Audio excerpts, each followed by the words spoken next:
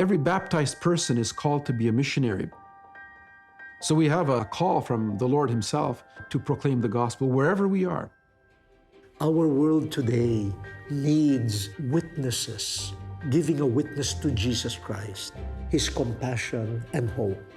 That was the original intention of Pauline Jaricot. Pauline Jaricot is still inspiring our work because she gave, in a very simple way, the charisma of the Pontifical Mission Societies. Marie Pauline Jaricot, she is an icon of faith to every woman, to every laity person. Wherever we are, our state of life is the beginning of what we can do and what we can be. The work of Pauline Jaricot is evident all over the world today. There's no place you can go that it's not been touched by Pauline Jaricot. Pauline Jaricot's vision that started in a small town in France has now become one of the largest missionary outreach organizations to touch all the corners of the earth. What an amazing witness to the power of one person to transform the whole world.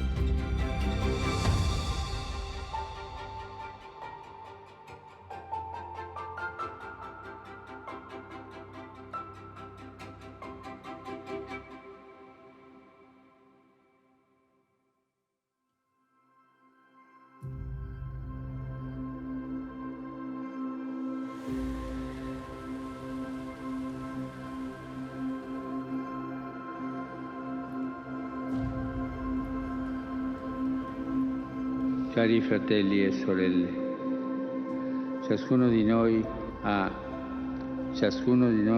è una missione in questa terra. Siamo qui per testimoniare, benedire, consolare, rialzare, trasmettere la bellezza di Gesù.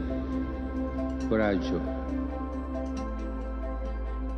World Mission Sunday was originally instituted in 1926 by Pope Pius XI as a day for the whole church to pray for the missions, to pray for the people who have not heard the gospel, and to pray for the missionaries who leave their homeland in order to bring the gospel to many, many parts of the world. The World Mission Sunday collection. It was inspired by Pauline Jaricot and the other Pontifical Mission Societies. What is the Pontifical Mission Societies? What is it that we do? It's to recognize that I am part of a broad, worldwide family, a worldwide network of prayer and almsgiving to assist those who are just coming now to know Christ, so that their faith might be strong. This is at the heart of World Mission Sunday. It's the command of Christ to St. Peter, strengthen your brothers. We celebrate the fact that our faith is missionary by nature. And this gives us the possibility to animate the faithful, that they discover this missionary vocation everyone has, and also to share what they can in order to help their brothers and sisters in other parts of the world.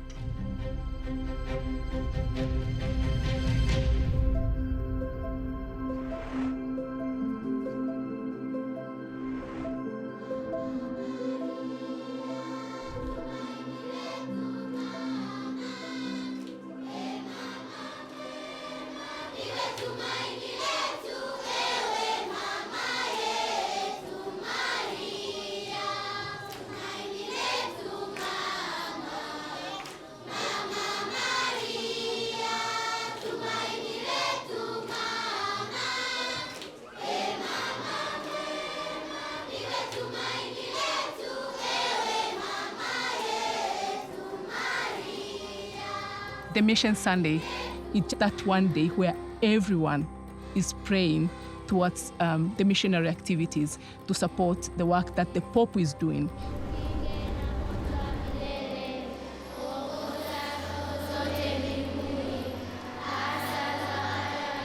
We have gathered children from different parishes. We had about 3,000 children who have gathered for the prayer of the Rosary. So this is the big event which is done every year.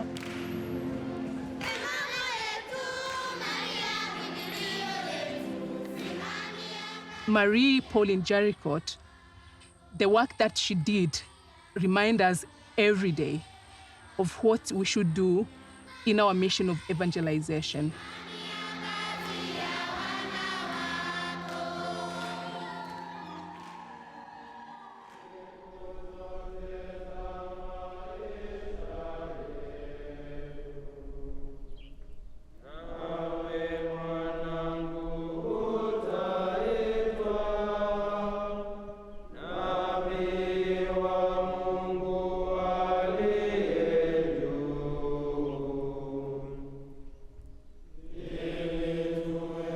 This Society for Propagation of the Faith raises awareness among all the baptized and encourages the spirit that fosters prayer.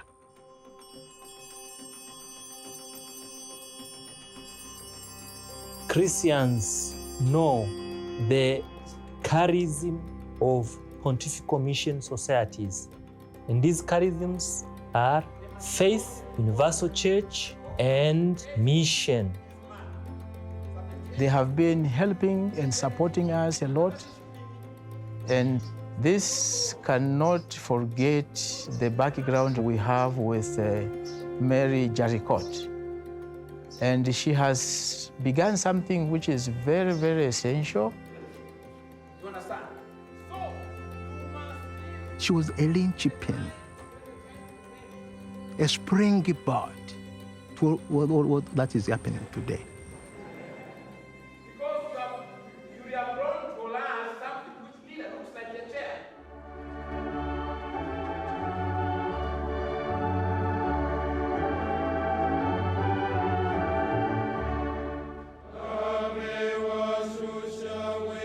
The charisma of Pauline Jaricot was aimed at helping people to live out their own missionary vocation. And so we can ask ourselves, after 200 years, what does it mean for our Christian people, for our baptized people? What does it mean to be missionary?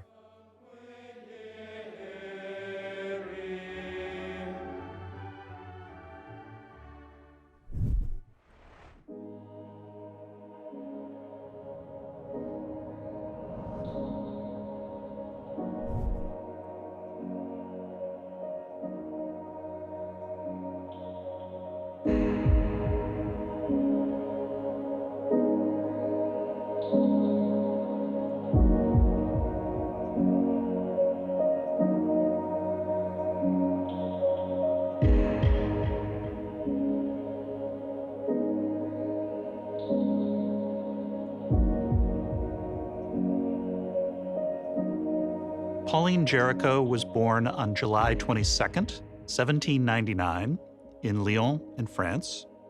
Her family was typical of the day, very pious, very hardworking, and large. Pauline was born at the end of the French Revolution, at a time when the Catholic Church had been under assault, really for the last decade.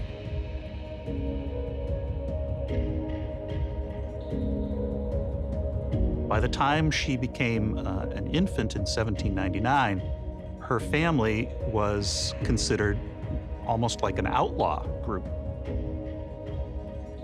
The revolution had spread its very menacing, almost poisonous aspects into all aspects of French society, but especially into the church. The Catholicism of the Middle Ages was completely gone. The faith carried on simply in families, passing it on from one generation to another. This was the experience of the Jaricot family as well.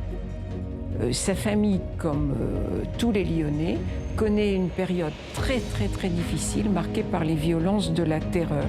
À Lyon, la terreur a fait près de 2000 morts, fusillés ou guillotinés. Et parmi ces morts, il y a beaucoup de catholiques et beaucoup de familles catholiques qui ont été très marquées par ça. Le désir en 1799, c'est de restaurer la confiance, restaurer l'Église. The Jerichos were close-knit, had lots and lots of family encounters, lots of cousins, all very connected to the city of Lyon. They were well known in the city, in part because of Antoine's business, and Pauline herself was totally devoted to her parents.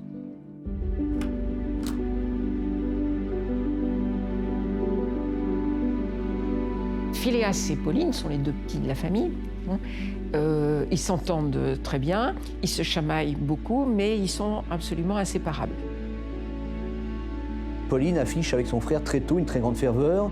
Et lui, comme on parlait des missionnaires aussi, déjà très tôt, il y a cette envie de vouloir être missionnaire et de conquérir les âmes, même les âmes hors de France. With the end of the revolution and coming of the Napoleonic period, which meant more toleration, the father's silk factory could continue to prosper. It's here that Pauline is going to become a much more prominent person. Le père a de l'aisance, il a réussi, il a même fait fortune, et Pauline est prise dans cette société. Et cette société bourgeoise, il y a de la mondanité, elle s'habille bien, elle se met de beaux vêtements, des bijoux. She was really deeply conflicted in many ways, and really sort of represents her own spiritual growth, but also represents French society at the time. She loved going to parties, and she loved being the center of attention at parties. But at the same time, she also had a deep religious sensibility, and she really experienced a religious conversion, particularly around the time when she herself became ill. Lorsqu'elle avait 15 ans, Pauline a connu un accident qui l'a marquée physiquement et qui, sans nul doute, l'a fait grandir en maturité. Cet accident, qui a pu avoir un retentissement visible, l'a marqué, a marqué son entourage.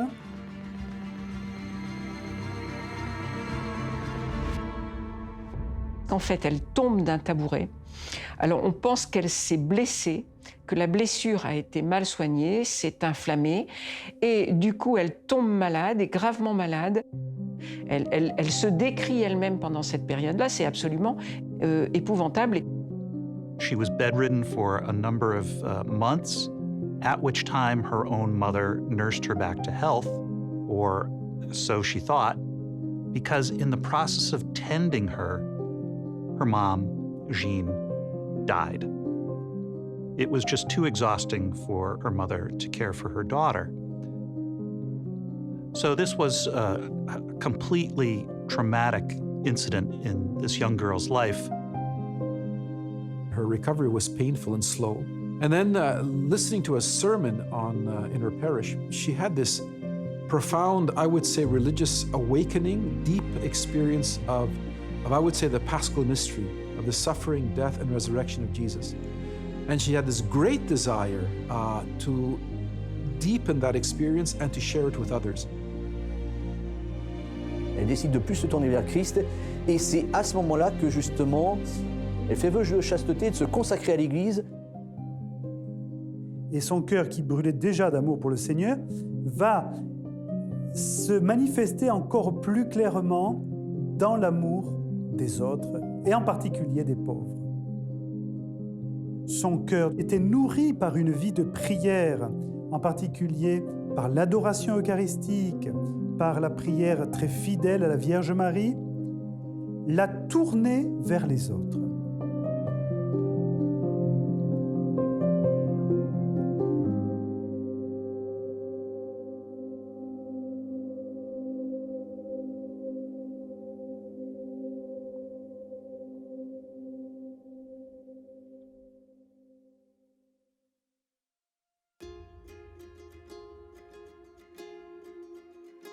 Now we have a young woman who is part of a bourgeois Catholic family in Lyon, whose father owns a silk factory. The silk factory is now in the midst of a newly industrial society. She's very concerned about the women workers in silk factories, and so she wants to organize them. And so she goes about this by setting up a society of prayer. The Reparation of the Sacred Heart of Jesus is what it's called. And it's a group of women, working women, who come together and they will start to pray. Pauline se trouve là, dans les rues de Lyon, avec ses filles qu'elle embauche à la fois dans la charité et dans l'évangélisation. Et en même temps, elle est stimulée par son frère, qui est Philéas. Il est en lien avec les missions étrangères de Paris. Et il est sollicité pour aller au secours de la Chine. Even though he was enrolled in the seminary in Paris to send missionaries to China, his health would not permit it. After ordination, he came home. He settled in Lyon and helped her as much as possible. And so for the two of them, they worked out very practical ways in which young people could help. For the Jaricots, that involved the use of the family fortune for good. Pauline voyait bien qu'autour d'elle, la foi n'était pas partagée par tous. Et donc, elle voulait que le Christ soit connu et aimé par un plus grand nombre de personnes.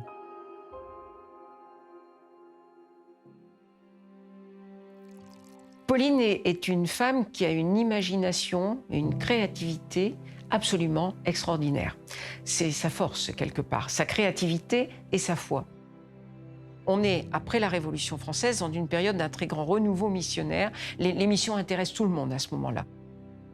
Pauline est mobilisée par son frère. Et donc, elle a à la fois, j'allais dire, la main-d'œuvre à portée de main, avec ses réparatrices, et puis les sollicitations de son frère. Pauline Jaricot, elle se dit, moi je vais faire une chose, c'est que mes réparatrices du Sacré-Cœur, je vais les mobiliser pour qu'elles donnent de l'argent.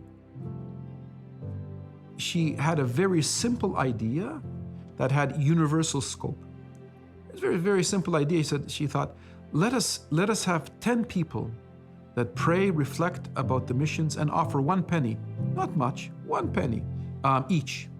And have them each try to find 10 other people to find another circle, to do the same. And in effect, what she did was she created a worldwide network. 10 people praying together, and then 10 people, each one dropping a penny in the collection basket. Gradually, the number of 10 became the number of hundreds, the number of hundreds became numbers of thousands. And she did not only collect money, but trained other women to do smaller things, smaller projects that could raise money for the missions.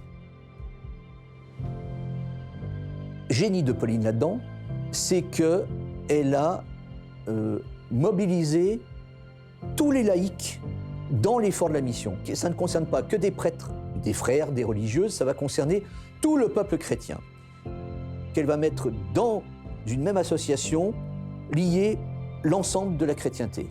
Et c'est donc cette œuvre qui va donc s'appeler l'œuvre de la propagation de la foi.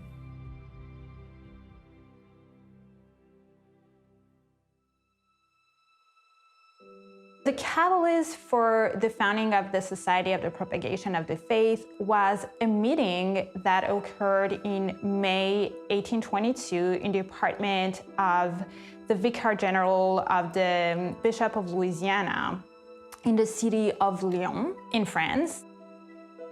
Pauline Jaricot is the figure who's recognized as the main foundress of the association, but there were other people who were involved in the establishment of the society.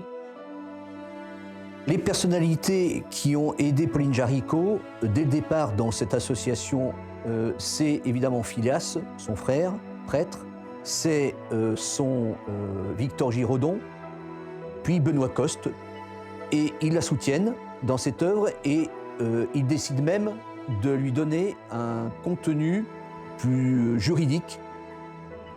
À cette réunion, ces messieurs discutent donc d'une œuvre pour aller au secours des missions, faire connaître les missions, générer des vocations. À cette réunion du 3 mai est adopté le plan de Pauline. C'est l'acte fondateur, en quelque sorte, de la propagation de la foi. L'œuvre de la propagation de la foi va connaître un très très grand développement, un très grand rayonnement qui dure encore aujourd'hui.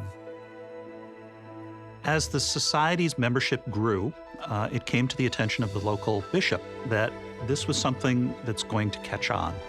The higher-ups, they realized this had national and perhaps even international significance. And so it required a certain amount of authority that only the Pope could give. Pope Gregory was really enthusiastic about the whole project, decided this is well worth pursuing. It was not a difficult choice to approve this society.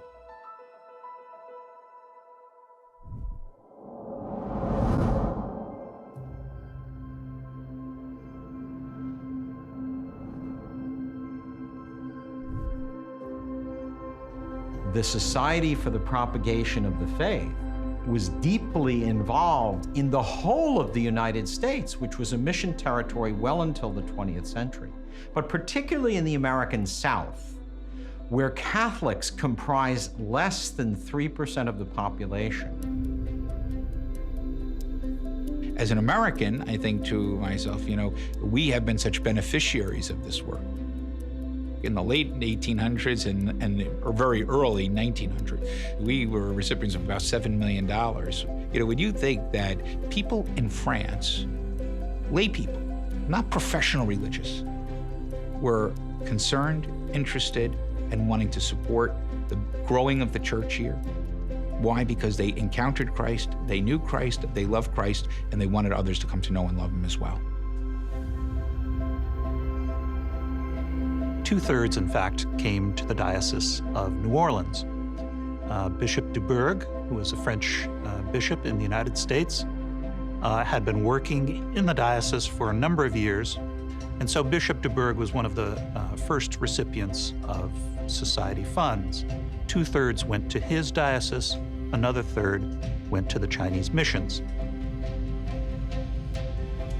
What's fascinating is Pauline Jaricot, in her own writings, she refers to the light that lit the match of the world. And so in so many ways, her own particular sense of the role and the importance of the missions in the United States really do represent not only her own missionary heart, but really a prophetic spirit that indicates in so many ways that the church in the United States would actually become a beacon of light and evangelization for the rest of the world.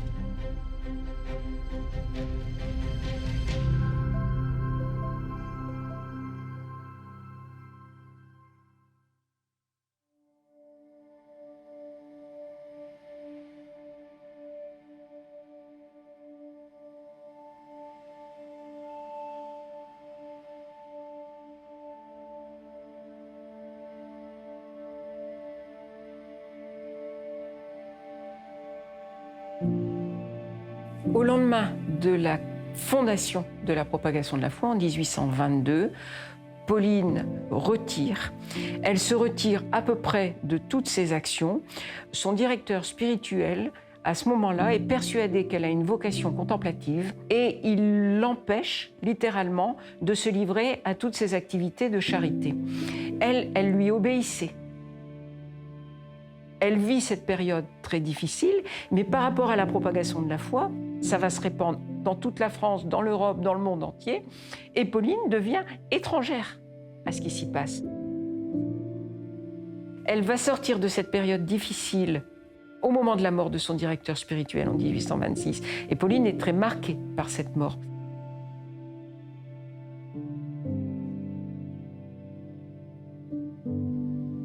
Elle passe son temps au pied de la croix à Saint-Nizier. L'Eucharistie a une importance très grande aussi pour elle. Elle prie beaucoup aussi la Vierge Marie. Et avec ses réparatrices, elle voudrait bien les entraîner dans sa spiritualité, dans sa prière. Et donc, elle se demande comment elle pourrait permettre que le rosaire soit prié par un plus grand nombre de personnes. Et c'est là qu'elle, avec toujours son génie de l'invention et son génie des solidarités, en inventant ce qu'elle appelle le rosaire vivant. C'est toujours des intuitions assez géniales qui arrivent comme ça dans la pensée de Pauline. Pauline a l'intuition qu'il faut redonner le goût de Dieu, toujours dans l'esprit de la reconquête spirituelle. Elle va mettre en place ce qu'on appelle le rosaire vivant. What Pauline has is the idea of a rosary society that will involve 15 members in each, we'll call them cells, and that's 15 members of the society because there are 15 mysteries of the rosary. 5 glorious, 5 sorrowful, 5 joyful. So the idea was you have 15 mysteries, you have 15 people, each of them praying a different mystery of the rosary every day, each of them contributing a little bit of a sou to it. They call it the living rosary because this means constantly, everywhere throughout the world, the rosary is being prayed, the Virgin Mary is being venerated. Avec le rosaire vivant, a toujours eu à l'esprit une dimension missionnaire, car elle est profondément convaincue, comme toute l'Église, que la Vierge Marie est proche de toute personne sur cette terre. Idée simple, hein, et géniale en fait, et qui va fonctionner absolument à merveille, hein, et prendre une extension absolument extraordinaire et très rapidement mondiale. Par exemple, rien qu'en France, à la mort de Pauline en 1862, il y a 2,5 millions d'associés du rosaire vivant.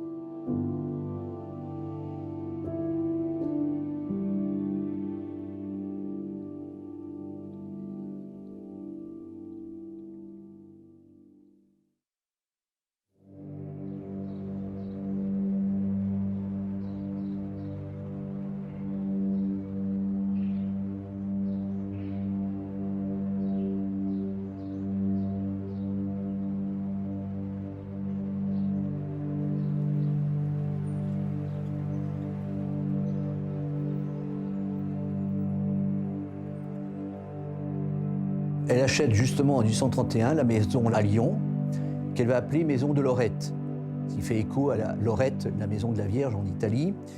Et là, elle y met d'ailleurs une invocation au Marie conçue sans péché.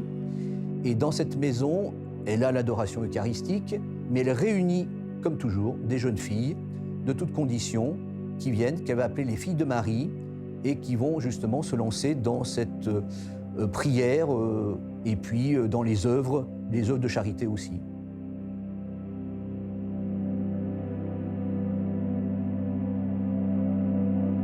Elle vivait déjà personnellement une consécration dans le secret de son cœur.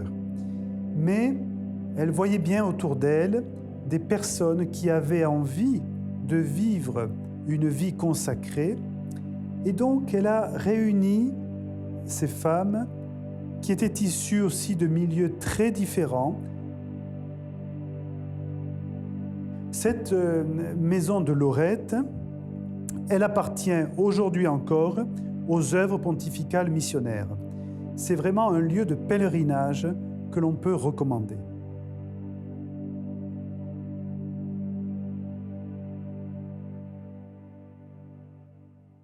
In 1834, Pauline decided to make a pilgrimage to Rome. Partly this was to ask that all of the work that she had done be transferred to Rome. But it was also personal. She had an intense desire not only to make a pilgrimage to Rome in part as a reparation for the church in France and to try and build peace in French society.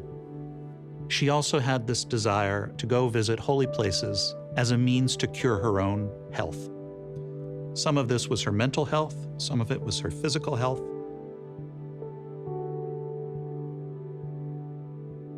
Health concerns had always been an issue for Pauline, and by 1835, her health had deteriorated so badly that many feared she did not have long to live.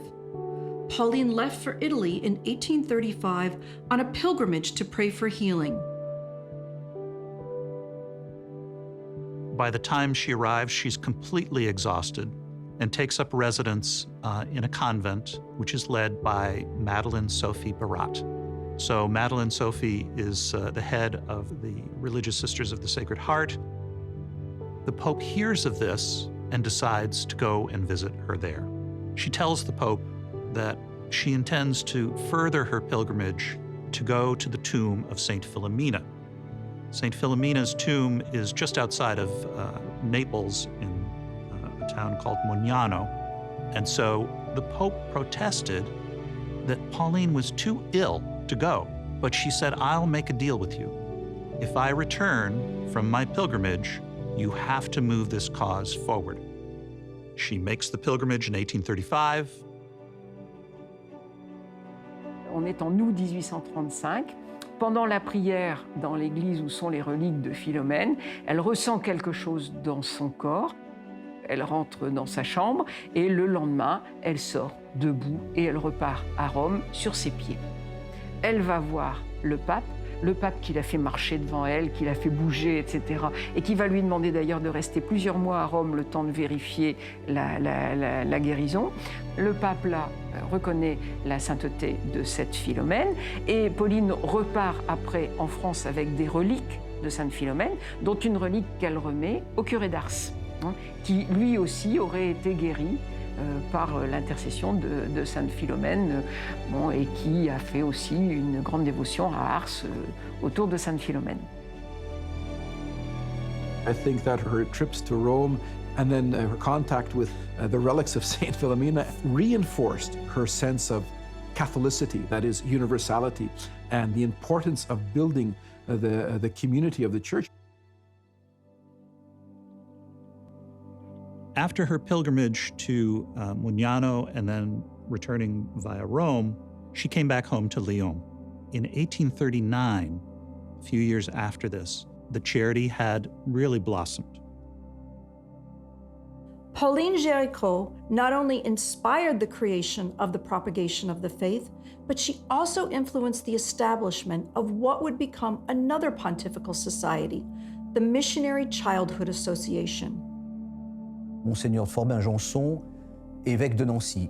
Il revient en 1842 voir Pauline Jaricot, dont il a soutenu l'œuvre dès le début. Et il lui dit, voilà, j'aimerais faire quelque chose pour les enfants dans les pays. Et Pauline Jaricot lui propose de demander à tous les enfants de la chrétienté de sacrifier les sous de leur menu plaisir et de le donner pour les enfants, pour les œuvres et le soutien des enfants dans les missions.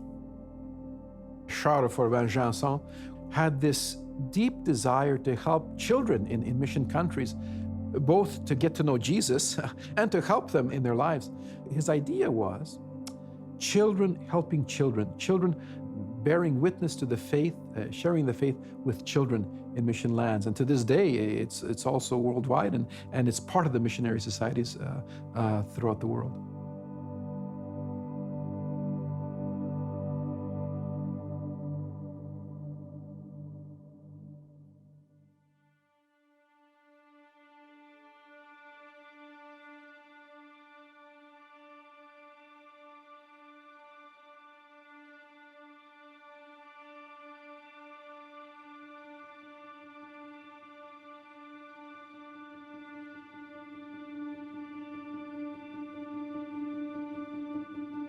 Le 3 décembre 1848, Pauline Jaricot écrit une lettre à son ami Julien Morin où elle lui parle de l'immoralité, de l'exaspération qu'on trouve dans le monde ouvrier, du désespoir qui touche cette catégorie sociale, et elle veut véritablement faire quelque chose pour les ouvriers. In the 19th century, it was a terrible situation in southern France with the Industrial Revolution. So she had this idea to build a factory with decent wages, decent spare time for the workers, for their families, for church, for prayer, almost like a cooperative. And she invested all of her money in that project. She enlisted the help of several family financial advisors. She located a site and required 2 individuals to help her develop it. At the suggestion of one of them, they tried to reconvert an old factory into this spiritual center that also respected worker rights. 2 financial advisors asked her for 500,000 francs, an enormous sum in those days, for the reconversion of this factory. Pauline ne pouvait pas gérer elle-même au quotidien cette usine et elle en a confié la gestion à 2 personnes qui se sont révélées des personnes malhonnêtes. Et Pauline a été profondément blessée, attristée de voir qu'elle, qui avait mis toute sa fortune au service des pauvres, tout ceci était gaspillé par des personnes qui n'étaient pas droites dans leur comportement. Pauline was forced into bankruptcy. This bankruptcy hurt not only the Jaricot family, it embarrassed the society and its board of directors. How could this young girl, who's now a woman, how could she fall victim to these 2 scoundrels? La bourgeoisie lyonnaise lui tourne définitivement le dos. Elle n'est plus qu'une pauvresse, elle n'est plus qu'une indigente. Elle qui était une fille qui avait l'argent et qui avait aidé les autres, elle devient à son tour une indigente. As she experienced disappointments, as she experienced various people who were trying to take advantage of her, trying to take advantage of the Society for the Propagation of the Faith. And in the midst of all of that, she saw her suffering as united to the suffering of Christ.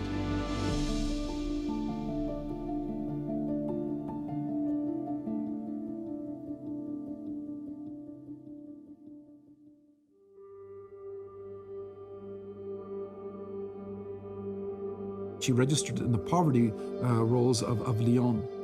And yet she never complained and never condemned those who defrauded her. I'm told that after her death, they found behind the tabernacle of a chapel where she prayed little notes to God, asking God to give the ones who defrauded her salvation and forgiveness. So she died praying even for those who harmed her. Woman of remarkable caliber, remarkable humility, remarkable zeal for the spread of the gospel, for the proclamation of the gospel throughout the world.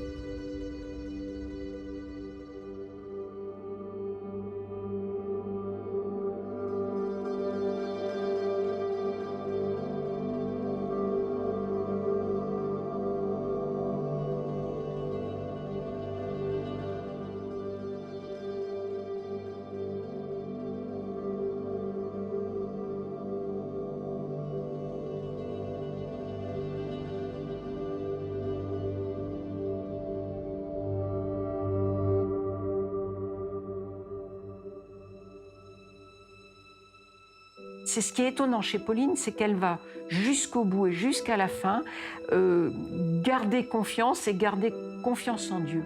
Elle n'est pas morte martyre, mais c'est une forme de martyre aussi qu'elle a subie.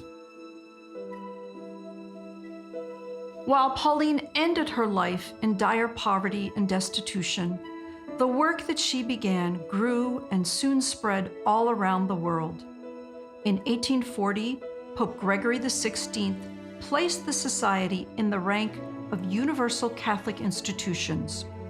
Numerous provincial and national councils, including the third of the plenary councils of Baltimore in 1884, enacted decrees and published letters in favor of its development. In the 1880s, the office for the Society opened here in the United States. Initially, it was based at St. Mary's Seminary in Baltimore. That office, based at St. Mary's in Baltimore, was without doubt a kind of nerve center for the society. By 1908, when it was taken off the Vatican's rolls as a missionary territory, the society had relied on the United States more and more for its global missionary efforts. In the post-World War II years in the United States, there was a great sense of confidence in the Catholic Church. And out of this comes a desire to give back. Where we were once the mission lands supported by the propagation of the faith, now it's our turn to give back. A generous and confident spirit that was perhaps best exemplified by Bishop Fulton Sheen, who is the National Director of the Propagation of the Faith.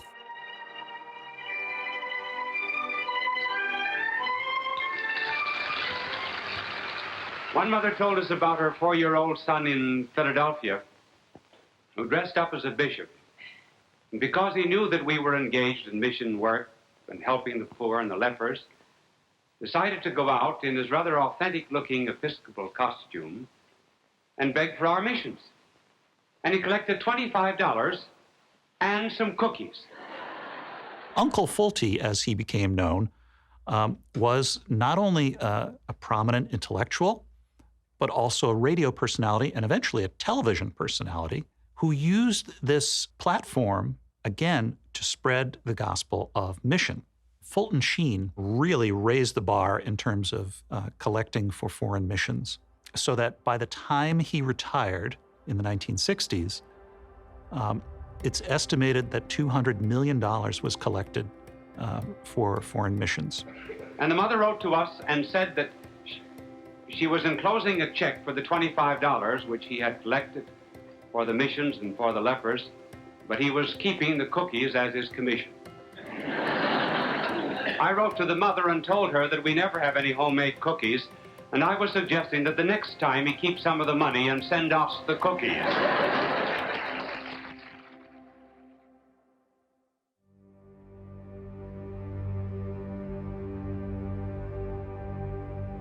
Well, the work of the mission still continues in the various ways in which it supports our missionaries, and propagation of faith is still the main support for many of these dioceses.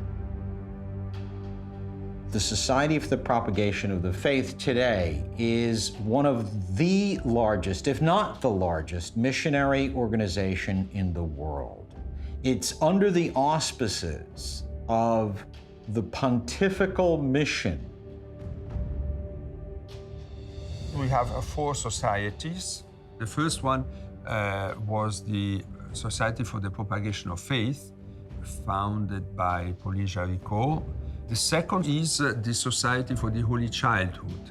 Then at the end of the 19th century, again in France, was born the Society of St. Peter Apostle. And the last one was at the beginning of the 20th century, the Pontifical Missionary Union. Well, to be pontifical means to, first of all, be under the guidance of the Holy Father and to be universal. They were made pontifical in 1922 by Pope Pius XI. He saw in these societies a great resource for the universal church for the support of the missions. They are 4, but actually they are interconnected. All of them, at the heart of their contribution to the church, is to promote prayer for the mission. But secondly, there is also charity for the mission. Jesus is the first missionary. He came with the good news. Pauline Jaricot was inspired to begin something that has resulted into the Society for the Propagation of the Faith. We are the Pauline Jaricot of our time. What she did, we can also continue to do. We are called to build upon what Pauline has done. And this is our missionary vocation, to recognize that encounter with Christ is going to call us to be at the service of one another.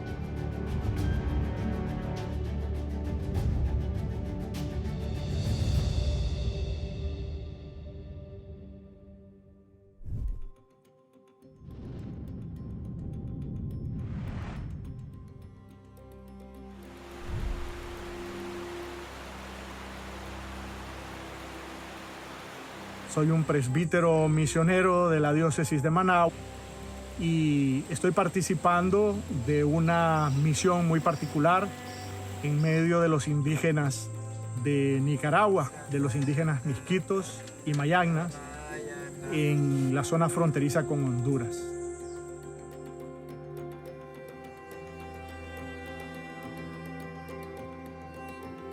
Esta fortaleza y esta fuerza de la evangelización nace en esta reciprocidad de aquel que recibe y aquel que puede dar.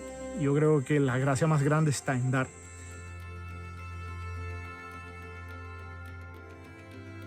Yo le doy gracias a Dios que soy misionero, que estoy en este lugar tan alejado. Yo siento que Dios me ha bendecido con esta gracia, una santificación que viene por la gracia del Espíritu Santo.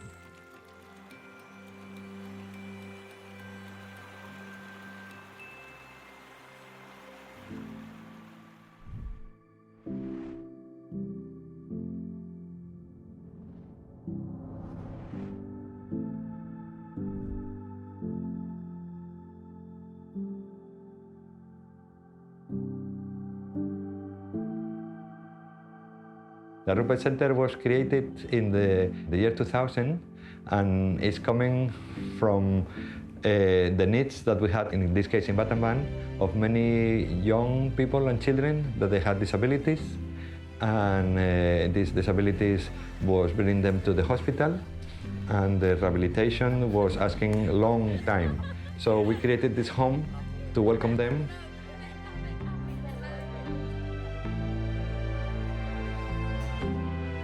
But since you are been dollar rupee, nhom lambakច្រើនកូនច្រើនអត់លំបាកហើយកូនធ្លាក់ពិការអញ្ចឹងបាក់មែនទេ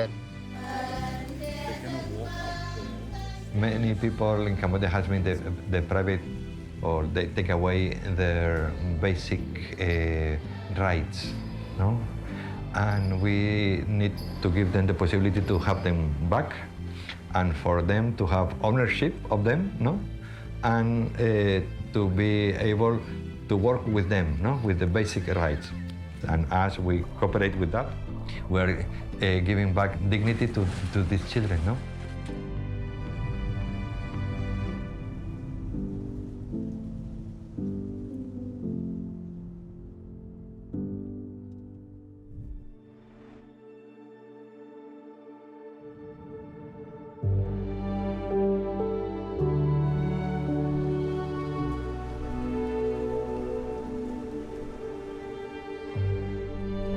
So I became a nun. I wanted to serve God through these disabled people. Try working with them. Then from there he used the walker. Now he has all the Charles, he fell from a tree and got his spine injured. Their families are not able to support them, and so someone helped him find this place here. When I see these people suffering, it is really saddening, and it gives me a great joy when I am there to help them. And at the end of the day, when someone is happy because of a little thing you've done for them, it gives a lot of joy and satisfaction. First of all, we need a prayer. The energy we derive from the food we eat is not enough. We need God's grace. So it is very important for people out there to pray for us that we may give a faithful service to these people. We do what is required of us. I really see God has really been faithful God has done so many things to our lives. He has taken good care of us. God bless you.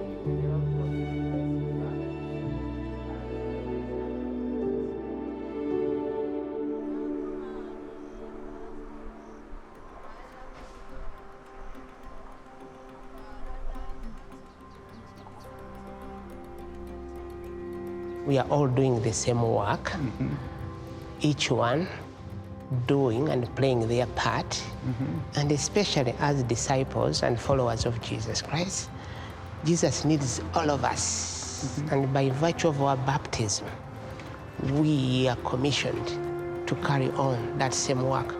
We are all working together to make sure that the good news we have received, the gift of faith we have received, also spreads and reaches to all the ends of the earth.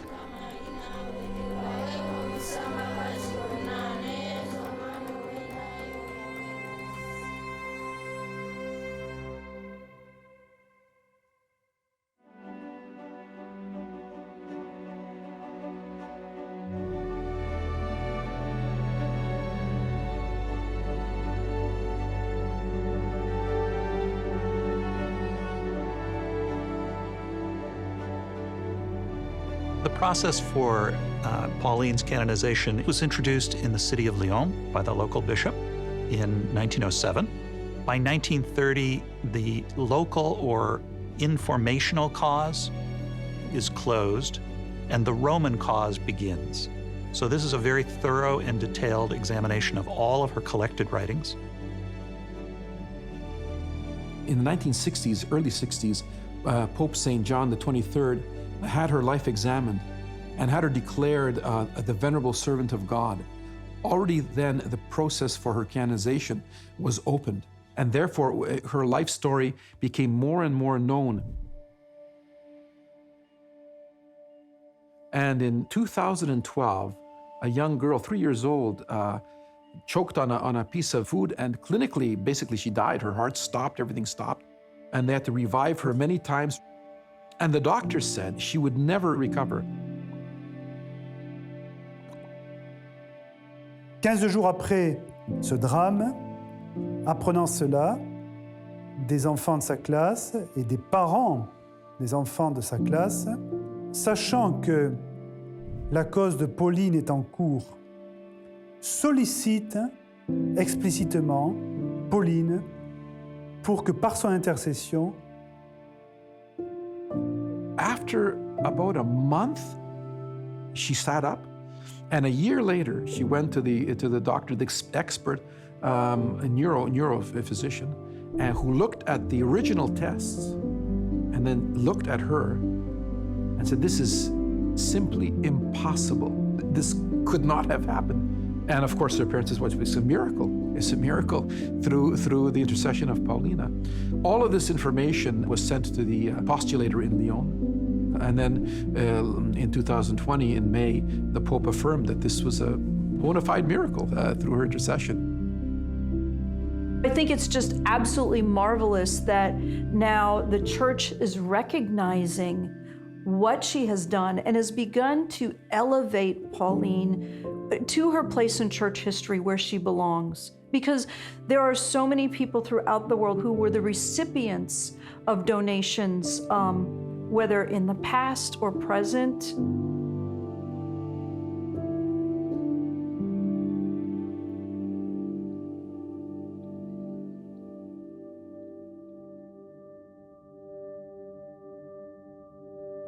Pauline Jaricot is very important for the mission.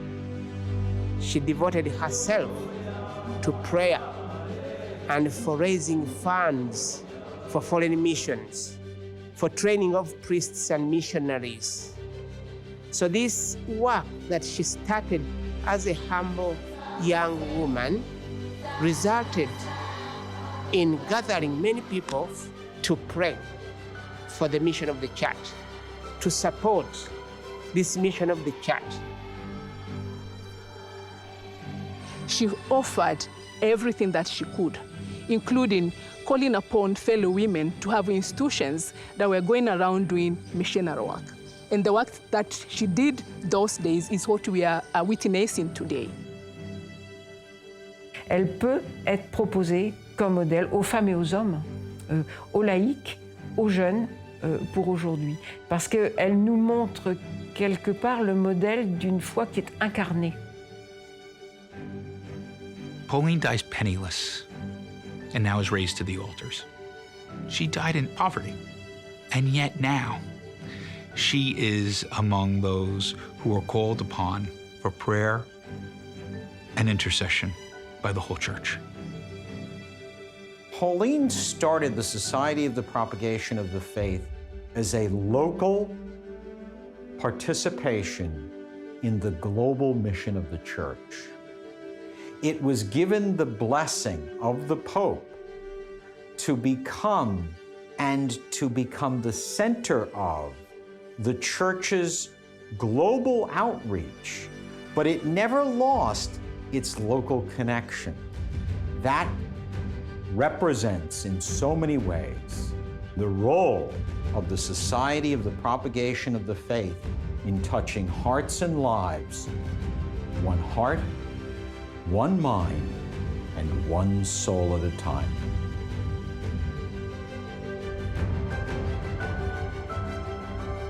My real hope is that her life story becomes well known in the church and beyond the church, because I think it has, her life has so much to say to us in the 21st century, both as Christians, as Catholics, but also as people of goodwill.